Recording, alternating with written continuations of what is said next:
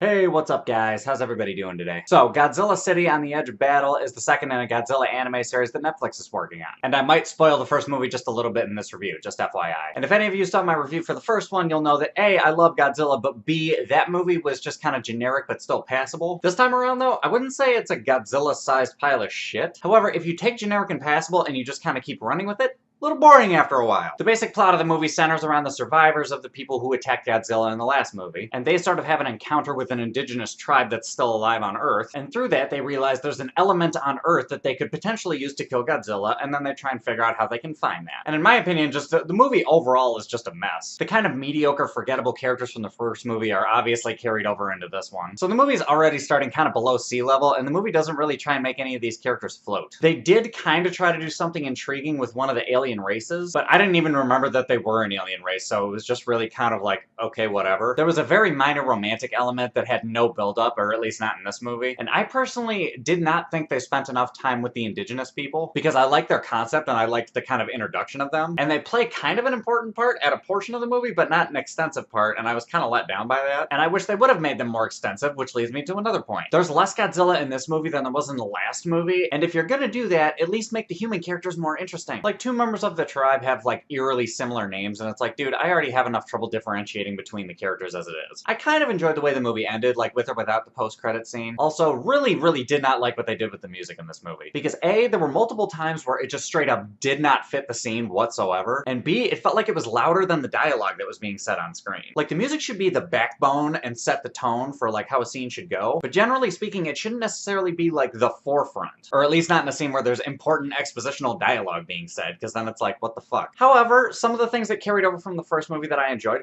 were the visuals. I personally thought the animation style was pretty cool, and a lot of the kind of visual concepts from the first movie were carried over into this movie, and then they improved upon it a little. However, the visuals weren't enough to save this movie for me personally, so I think for a score out of 10, I think I'm gonna give it a 4.2. It's kind of a shame, because I absolutely loved Godzilla growing up, but again, it's like I said in the first review, they could have rebranded this something else, that way they wouldn't have had to shoehorn Godzilla in, and I feel like it would have been more successful. But anyway, guys, those are my thoughts. What are your thoughts? Have you seen this movie? Have you heard of it? Do you like Godzilla? Hop in the comments, let me know what's up. Other than that, if you like this review, give me a like, subscribe, all that other bullshit that makes the channel look good, and I will catch you guys later.